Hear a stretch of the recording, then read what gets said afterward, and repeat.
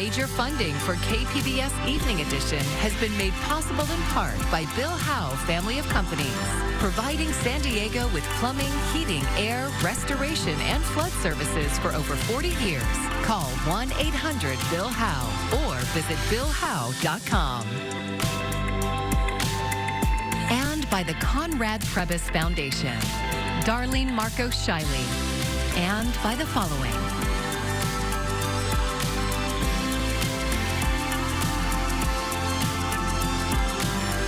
And by viewers like you.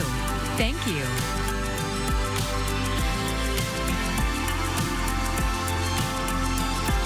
Thank you for joining us. I'm Maya Trabulsi, and we begin tonight with the ongoing cross-border pollution crisis in South County. Communities near the sewage-laced Tijuana River have been experiencing elevated levels of sewer gas in recent weeks. Levels can worsen during hot weather like last week's heat wave. KPBS environment reporter Tammy Murga says this is highlighting a gap residents have found in a public alert system.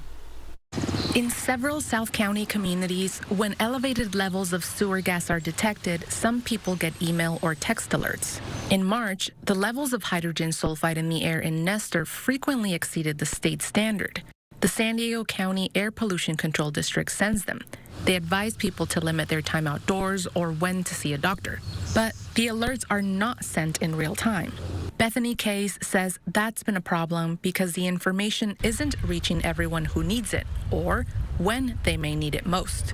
Even with all of the education and the media coverage, people still don't know that it's so dangerous. Case lives in Imperial Beach and works in Nestor. The communities are near where sewage from Tijuana repeatedly spills over the U.S.-Mexico border. She's also part of the Tijuana River Coalition. The group recently pushed the district for a more effective alert system. She says it seems like they listened. Somebody has to trigger that alert, and immediately they made sure that staff was going to be there earlier and later so that we would get alerts, families get alerts before kids go to school. As of Friday, the district has been sending alerts as early as 5 a.m. and as late as 10 p.m. Kay says it's a step in the right direction, but a real-time system would be more effective. She says it will especially be needed as summer approaches. The district did not respond to a request for comment. To sign up for alerts and apply for a free air purifier, the district says to visit its website. Tammy Murga, KPBS News. Overnight, we're dropping down to the low 60s. We'll see a few clouds overall, but we've gotten past the worst of the heat wave, and even more changes are on the way. I'm going to break down exactly what to expect coming up. U.S. troops are expected to deploy to the Middle East in the coming days. At the same time, President Donald Trump is saying a deal to end the war is in sight. But as Lee Waldman reports, that sentiment is not echoed by Iran. Airstrikes continue in the Middle East. A residential area in Tehran was hit, according to the Iranian Red Crescent. In central Israel, at least 9 people were hurt after an Iranian missile launch, emergency officials said. In the coming days, approximately 1,000 soldiers with the Army's 82nd Airborne Division are expected to deploy to the Middle East, according to 2 sources familiar with the matter. One of the sources said the brigade will be prepared to be called upon if needed. They're serious about conducting some kind of a ground operation in Iran. Why else would you be sending the immediate ready brigade from the 82nd Airborne? I would not support troops going into Iran, period.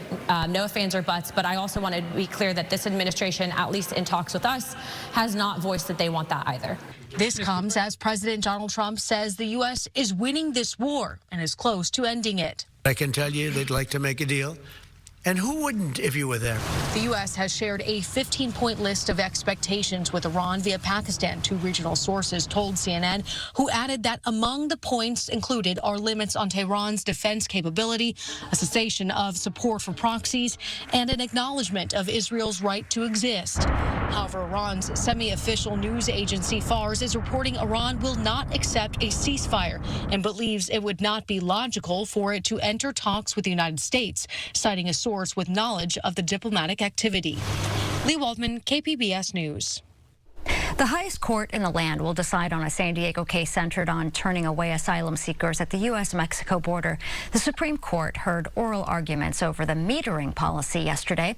It allowed agents to turn migrants away before they reached U.S. soil. Currently, federal law requires migrants to be processed at a port of entry if they claim to be fleeing persecution. The Supreme Court will decide whether migrants stopped on the Mexico side have a legal right to seek asylum, and that decision is expected by June or July. A UC San Diego researcher measured the impact of this winter's mass immigration enforcement operation in Minnesota. KPBS reporter Gustavo Solis says the findings show declining trust in local law enforcement, among other consequences. Operation Metro Surge was unprecedented in terms of scale. At its peak, thousands of federal agents occupied the twin cities of Minneapolis and St. Paul. And videos of ICE and Border Patrol agents arresting immigrants quickly went viral. The killing of Renee Nicole Good and Alex Preddy resulted in nationwide protests.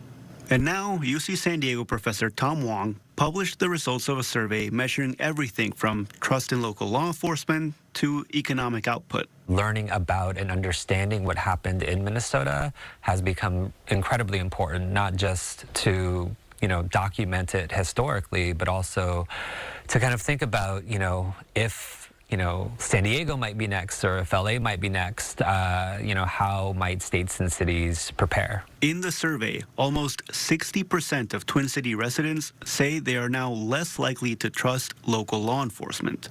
And that lack of trust means that people may not want to call 911 in the future. We see in Minneapolis and St. Paul as well, large percentages of residents saying that they are less likely to seek help from law enforcement as a result of how ICE and Border Patrol conducted themselves during Operation Metro Surge. ICE did not respond to a request for comment.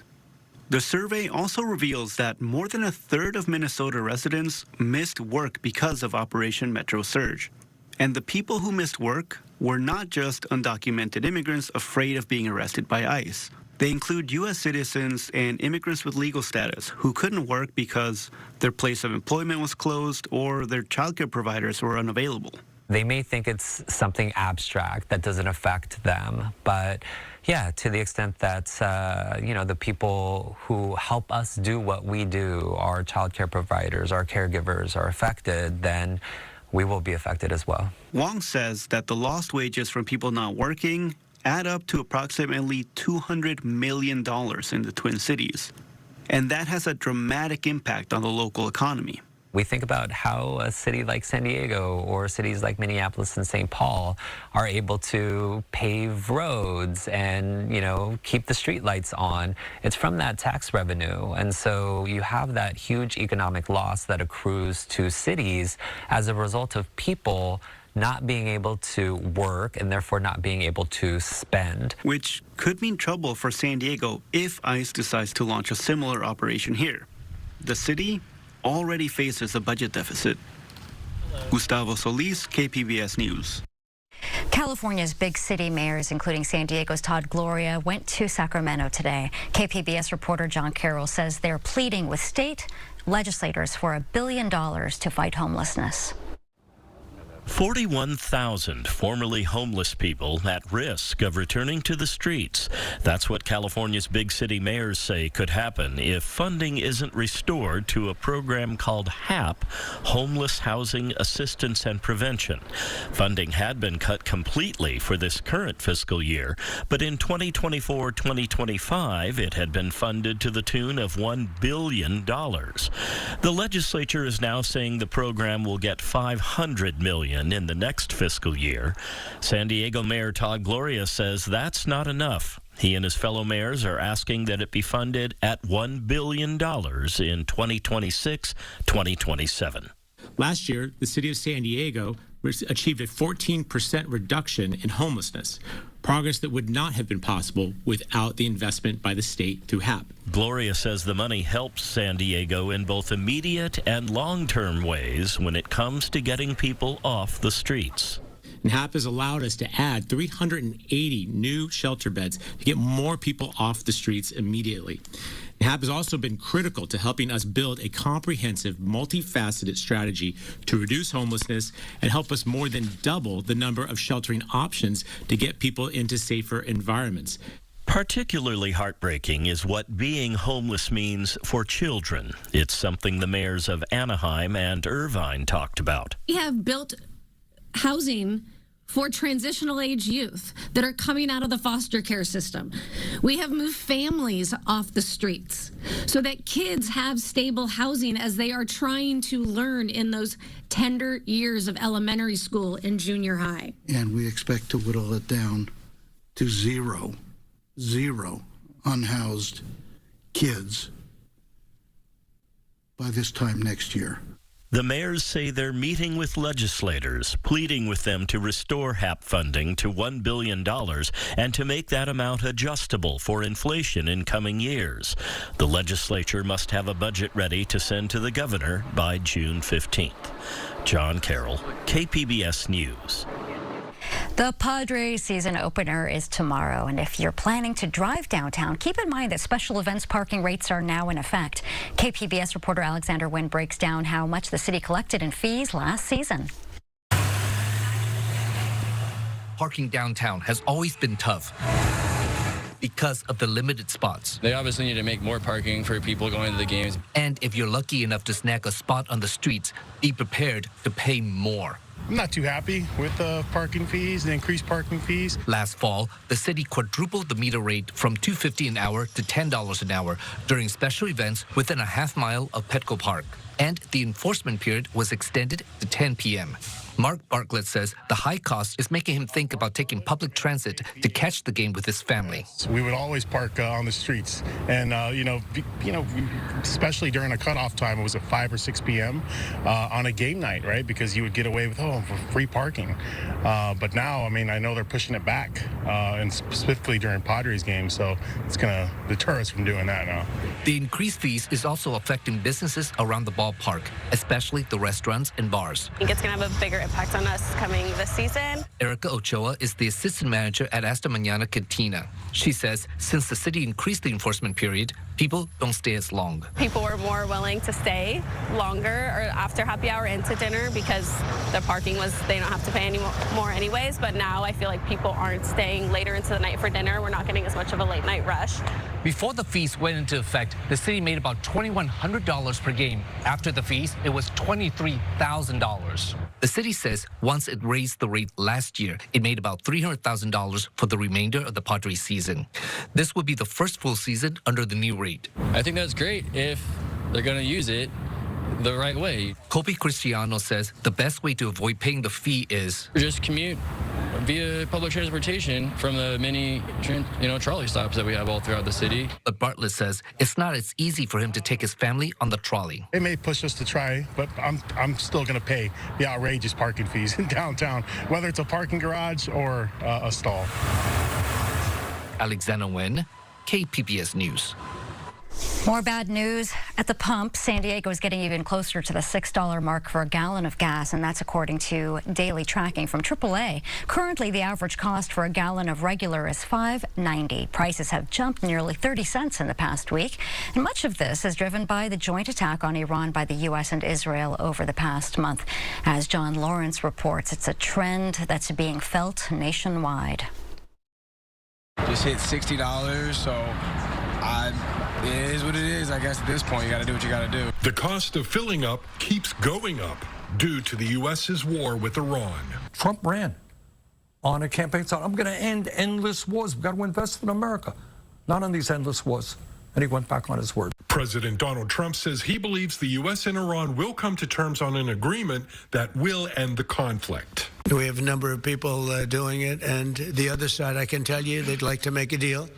And who wouldn't if you were there? The war with Tehran has disrupted tanker traffic through the Strait of Hormuz, choking off about 20% of the world's oil supply. I think they're going to start playing hardball, and that escalates the risk that this could be dragged on for a longer period of time, and that consumers, through higher gasoline, diesel, and jet fuel prices, are going to have a little bit of sticker shock that could linger. Possibly lingering for people as they plan their summer vacations. Travel has been a top priority for a lot of travelers just the past couple of years, and that has been, pretty notable with going somewhere that is a popular destination. You may be paying, slightly higher costs to get down there. I'm John Lawrence reporting. There's a new push to protect young athletes in San Diego County. Supervisor Jim Desmond is asking the county to fund a project that would provide youth sports teams with automated external defibrillators. The devices can help save lives in the event of a cardiac arrest. A report shows more than 3 in 4 sports leagues in the county don't have guaranteed access to one. 8 county parks don't have one at all. One local advocacy group says it's worth the cost. What most people don't know, it's also one of the leading causes of death in youth. In fact, the #1 killer of student athletes and the leading cause of death on school campuses. A new state law will require sports leagues to have defibrillators at practices and games by 2028. The county still needs to figure out how to pay for the plan. They estimate it will cost around $880,000. We're inching toward the end of the semester, and it's time when students may feel uneasy about end-of-the-year projects and tests. Mandy Gaither has the subtle signs of academic anxiety and how parents can help students cope. School's still in session, but summer break is on the horizon, and as students begin to wrap up the semester, it can feel a bit overwhelming. Academic anxiety, test anxiety are all really common, and a lot of times kids experience it and immediately think something's wrong with them. Jody Baumstein with Children's Healthcare of Atlanta says anxiety is normal, but it may look different in a child or teen. Some signs may include being excessively focused on school to where they're no longer taking part in activities they used to love, withdrawing from others, having anxious thoughts before a test, being fidgety, tearful, or having difficulty focusing. You might also notice that they're studying so much, but that's not bringing the anxiety down because it's really not about how much they're studying, it's about their mindset around it. Baumstein says parents can help by normalizing nervousness. Everyone feels anxious at times, but it's usually temporary. And take the pressure off. Let them know one grade or one project doesn't define them, that it's their effort that makes you proud, not the outcome. And remind them that your love isn't dependent on how well they did on a test. Finally, Baumstein says to help them learn this is a problem they can solve, because she says learning to get through it, not around it, will stick with them. Whether it's a test now or a job interview in the future, they're going to need to know how to navigate these big feelings. For House Minute, I'm Mandy Gaither. Late last year, California made medical aid in dying permanent. KPBS health reporter Heidi DeMarco says one local leader is proposing changes to protect end-of-life decisions. In a warning, this story discusses intimate details of death.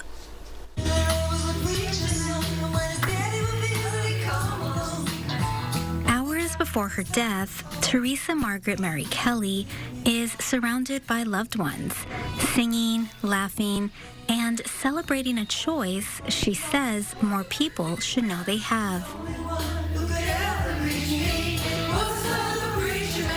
I have stage 4 clear cell carcinoma, but prior to that, I was diagnosed with frontal temporal dementia.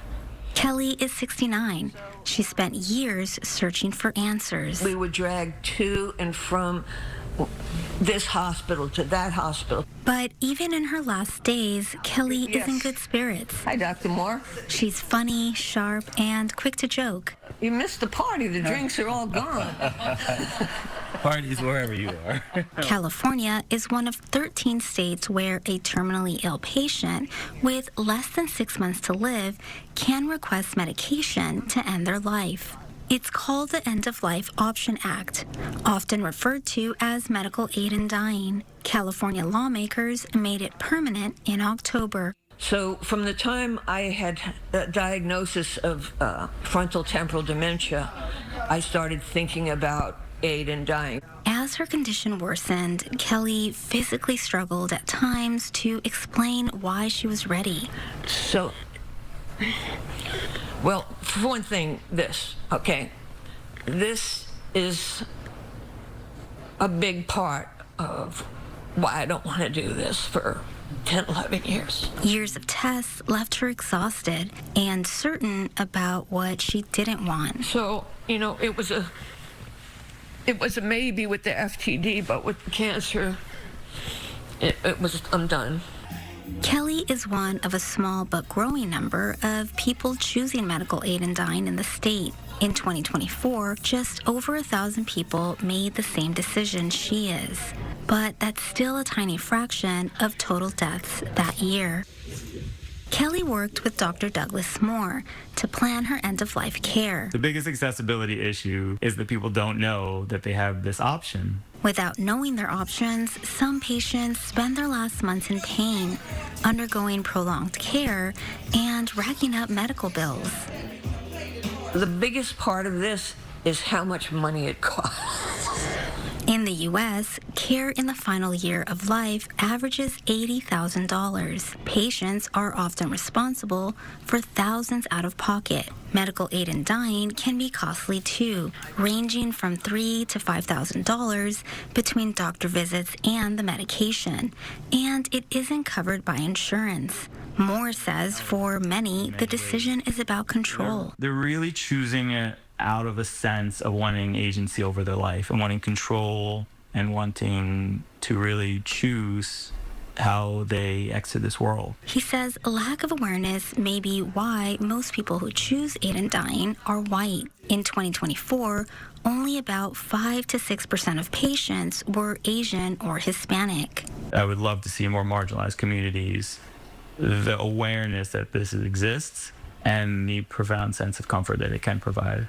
Now, a San Diego lawmaker introduced a new state bill that would strengthen how patients' end-of-life wishes are documented. It modernizes key forms like advance directives and do not resuscitate orders, so they're clear and recognized across health systems, in emergencies, or across state lines.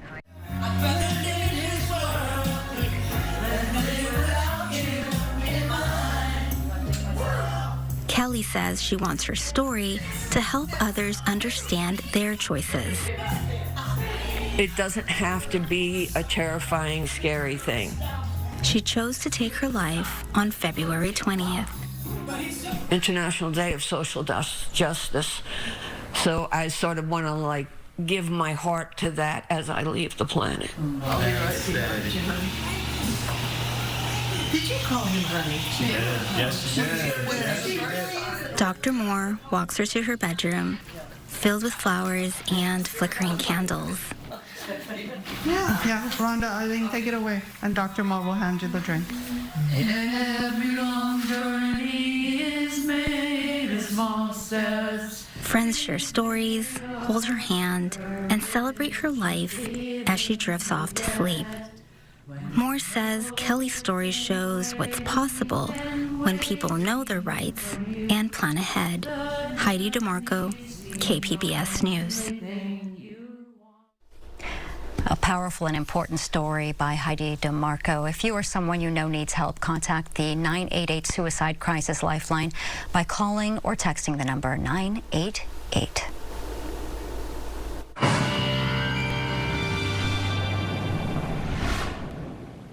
All right, we've gotten through the worst of the heat wave, really have said goodbye to the record challenging highs for a lot of us. But when we look at the weekend, looking at just this week, we'll see the peak of the warmth and then things drop back down. I know a little confusing if we ignore last week, but we're still trending above historical averages. So next week is when we start to see that improvement, getting back to what we would consider normal for this time of year, all because of a pattern change. Now, it does bring the return of clouds and rain, but you know what? We could use it too. So let's break down what to expect first in the short term here. So overall, we're in the upper 50s, Oceanside, Escondido, 60 for San Diego, Borrego Springs in the low 60s, Mount Laguna in the low 50s. You can see the clouds really isolated to the coast, as it tends to be a lot of the time. We look ahead towards tomorrow.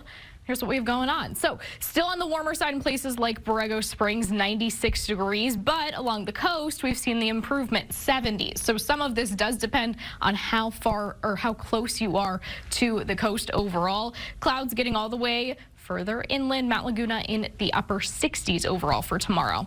Here's that pattern change I was talking about. So the problem that we've been stuck with is this ridge of high pressure that's led to really the midsummer warmth that we've been experiencing, but in March. Now, especially along the coast, things have already started to improve this week, but we're still warmer than we should be when we compare to historical averages.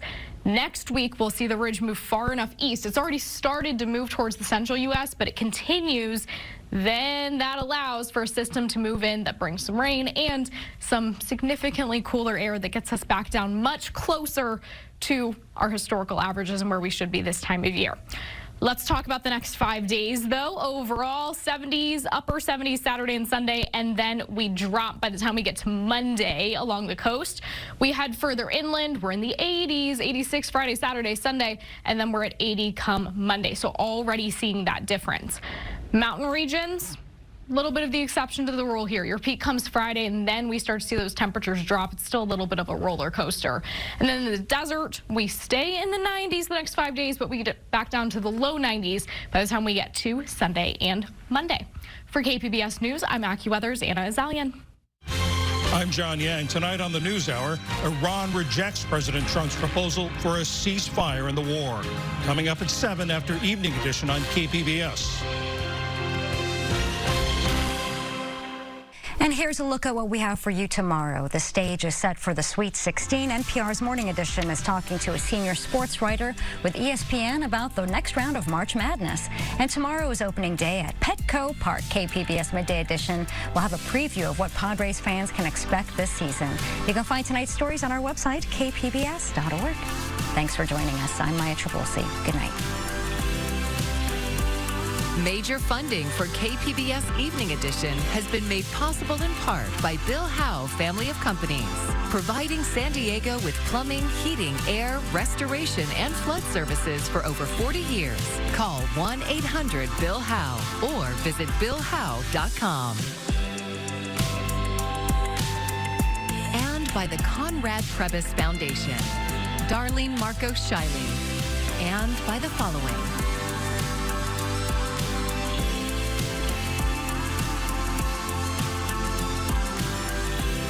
By viewers like you. Thank you.